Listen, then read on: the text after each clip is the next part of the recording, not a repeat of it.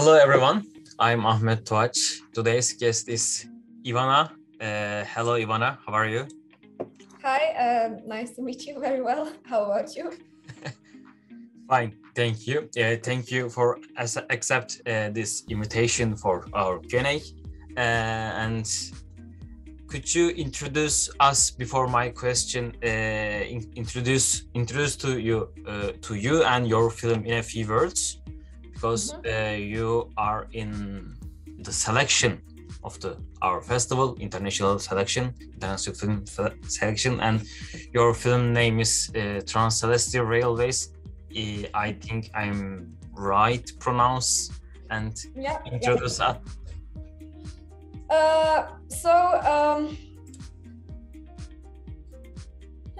I think Trans-Celestial Railways is the film that's the closest to what I feel I would like to become as a filmmaker until this point. It's a dreamy film about a guy named Josip who lives in an abandoned railway car, and he has to leave because they will tear the station down. So I think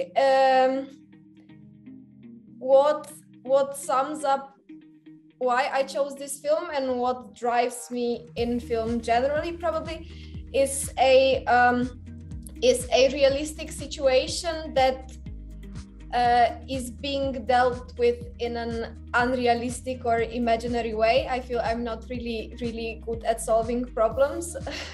I think it's always easier or more natural for me to come up with this solution that doesn't really exist, but still it would be nice. Yes. Okay, I have a question too. Actually, you said about maybe the fantasy story, fantasy story, or the imaginary one. But actually, the film is about a couple who creates a new world from recycled material. Actually, and when I start to search about your previous work, I encounter an audiovisual project, and it's about environmental crisis too. So I found it's really important because the most people expect this kind of environmental project. Sorry about my pronunciation. This kind of subject, it only being a traditional documentary style. How did you create a multi-layer story? And maybe you tell something about your starting point, maybe this kind of fantasy way and the environmental crisis. I think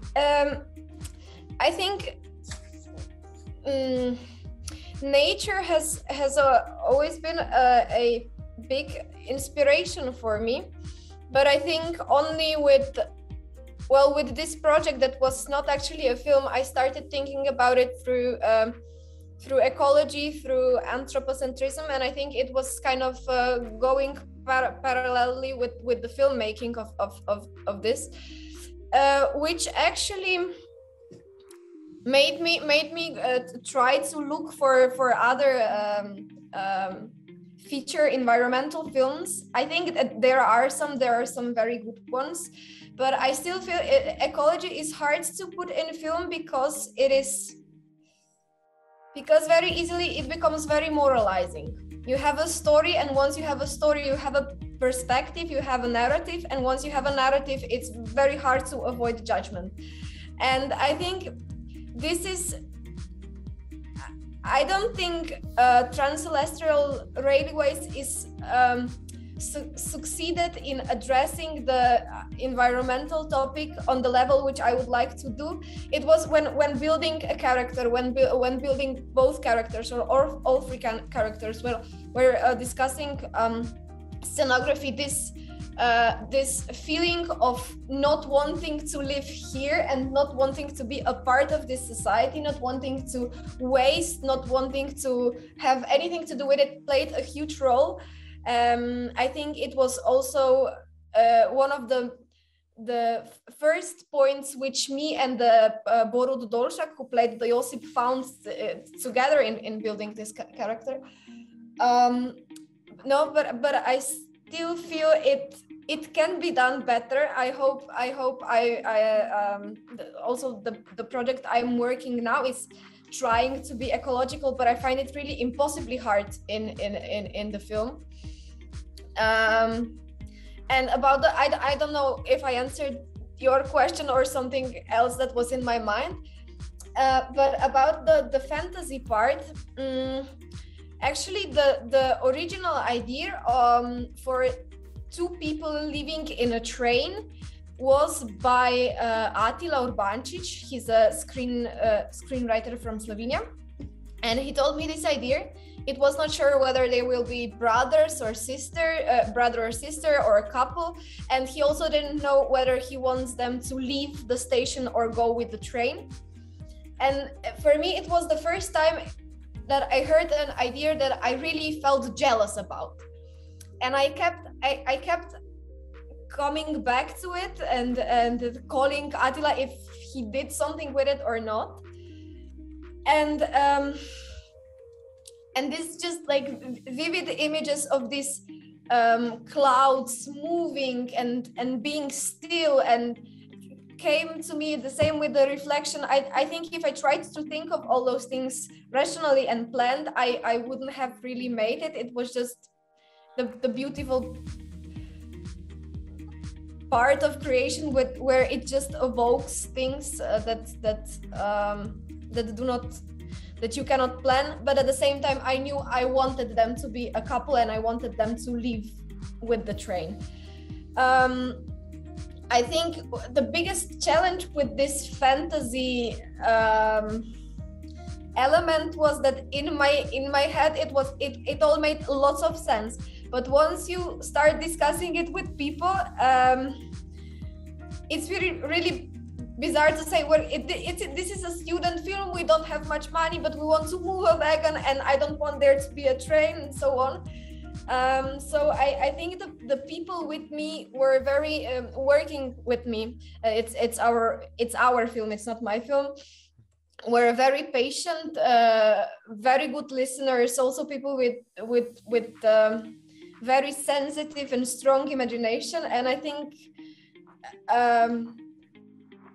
it was magical for me to do magic. I don't know, but though I knew I was learning how it's done, I remember that once this wagon moved on the screen, or when he touched the reflection, even though I knew how it was made, I still anyway, it was beautiful.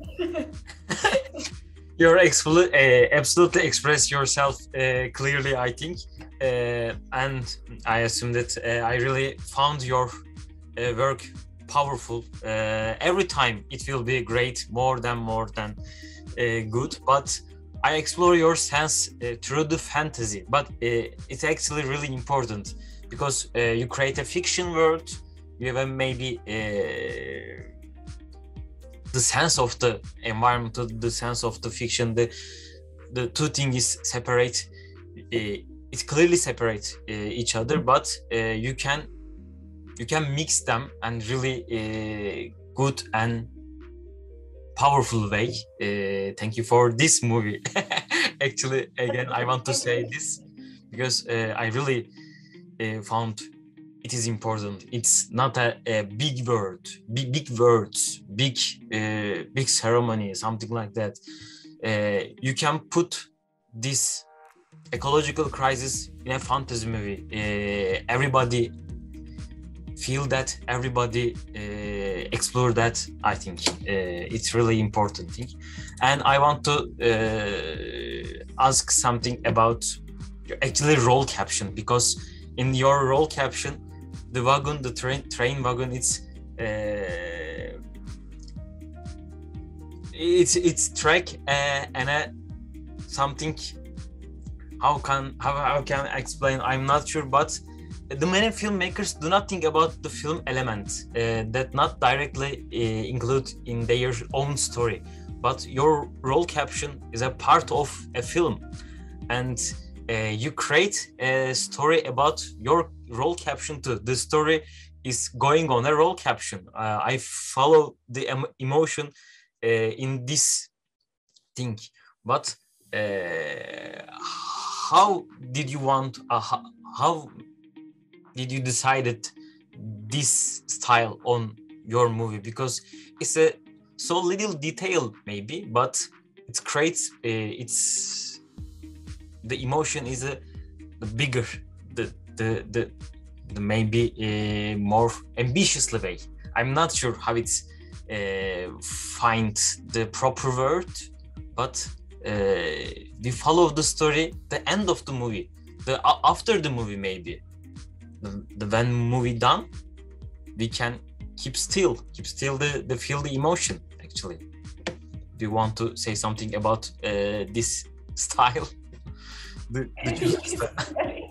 think this is a very hard question.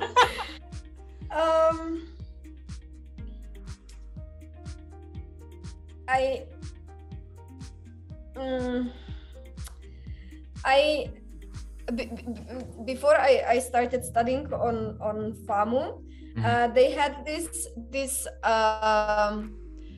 master class of regadas, and I got a link, so I decided to listen, of course. And one of the first things that he said was that he doesn't believe he is a professional filmmaker because he will never be able to do anything that's not his, that does not reflect somehow his life, and that he cannot do a film about Napoleon, or he cannot do a film about something, which is of course clear. We all do our worlds and so on and so on. But I think in this sense, I will also probably not be a professional filmmaker, because I cannot imagine I don't think you have to experience things necessarily to then put them on film. You have a component of imagination and so on and so on. But at the same time, I know that while doing this film or before preparing it, I was feeling very nihilistic about the world. I was at the same time very much in love. I was reading a lot about the color theories and feeling a lot with pastel colors. I felt I was somewhere up in the sky all the time and not really grounded, which I think affects how the image is composed. And yes, and of course these were only some feelings or ideas, but once with the in a conversation with my co-workers, I think they started making sense.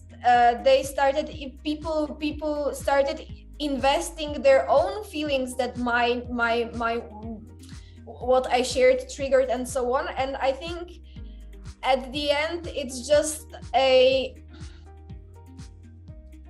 sum up of a specifically nihilistic in love era that I had. Yes, it's a very hard question. I'm sorry. Okay, I have some kind of easy question. In your visual part of the visual subject of the movie, your film, which include large sapphire, maybe the white angel, actually we can expect, because the sky, the railway is a long distance, sapphire way, white sapphire, but you choose very narrow aspect ratio. Do you think this kind of different meaning on style and text, film style and the text, get contrast in the movie, or why did you choose this narrow aspect ratio? It's what I tried to avoid was putting the story in some specific era of time. I didn't want it to be 2020s. I didn't want it to be 2000s, and I just felt the 3/4 format was a rather timeless choice.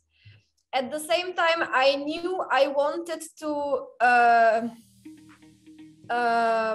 compose the characters with the headspace, because I felt that this is what describes Josip and his openness or closeness, however a viewer interprets it. And with this,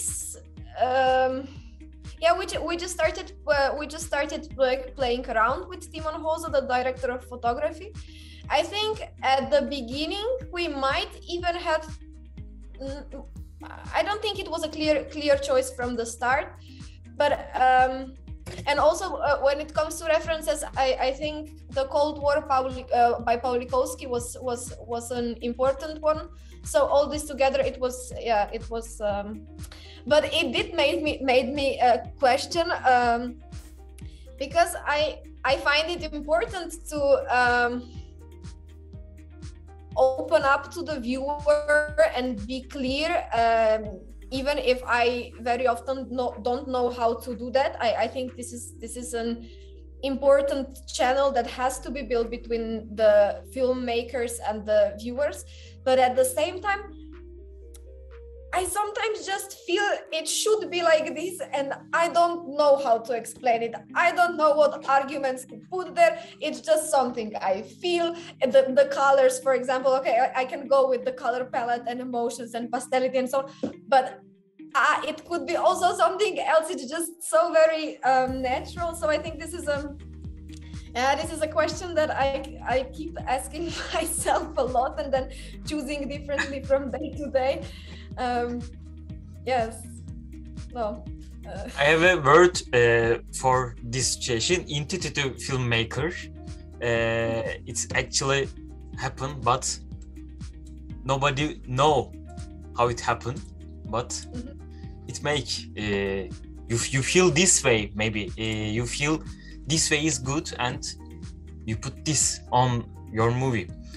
And I have one question too, about, maybe it was a boring question, because I want to wonder about your educational work, because I think this movie is your bachelor's degree diploma project, and you mentioned about FAMU. It's like a master, or maybe the other film school. No, I am actually doing the bachelor program again. Okay. And I want to this question about my department was the film school too in Turkey, and I made a short film for the diploma, the thesis project. But maybe tell something about the Slovenian film school thing and the Czech FAMU is a Prague, right? Am I right? Okay. This kind of what's the difference of the educational way, or tell something, maybe the boring question. No, I think it's a good one. Yeah. I started on the academy in Ljubljana right after high school, which I think it's a fine choice, but I feel I have absolutely not known what I want to do in film, what interests me, how does the film work, what are the possibilities, who am I, and it was a huge mess in my head. So I don't think I was really present. I think I could have learned. Lana Bregar, Matjaž Javnik, and other amazing young directors from our school, I think are the proof that there is something going on. But for me, I most of the time felt I was fighting something. I wasn't even sure why. I also I just don't think I did there what I could. And at some point I also started about quitting film completely, and then I decided that whether I will enjoy making the bachelor film, then maybe that is a good proof to start again now that I already know a little bit more. And I've been to Jihlava Film Festival a few years ago. It's in Czech Republic. I had my documentary there. I really enjoyed the conversations that I had there, and then I just said, okay, let's try FAMU. And I have to admit here now I am very, very, very happy. I feel I am expanding, not expanding, but I feel I am learning. I feel I am finally mature enough to listen and to take suggestions and think about the film and not about my ego always. But at the same time, I feel the biggest difference between the Slovenian academy and academy here is that that here FAMU has a goal. They know they want to make quality more author than mainstream cinema. I think this shows in the films we're having screened. It shows in the master classes that we're offered, and most importantly, I think it shows in the enthusiasm of the teachers here. Because I think I don't know who it was, but on the first meeting that we had, he greeted us as the new generation of filmmakers, which is exactly what we are. So if you don't greet the people who will continue the medium you've been working on your whole life, then I don't know. Well, no. And I feel the enthusiasm and a goal is something that academy in Ljubljana might lack a little bit. But still, there are amazing filmmakers learning teaching there too. I just think the program and the contact with students should be a little bit more organized in order for more open-mindedness to be created. And so yeah. Thank you for sharing the two different university educational type and your way maybe feel how it's going on there. And thank you for the coming here in our Q&A session. My question is done. There is no another question, but maybe you want to add something about this, or you want to say something, any closing sentences for us, maybe, or about your film in festival, something like that, whatever you want.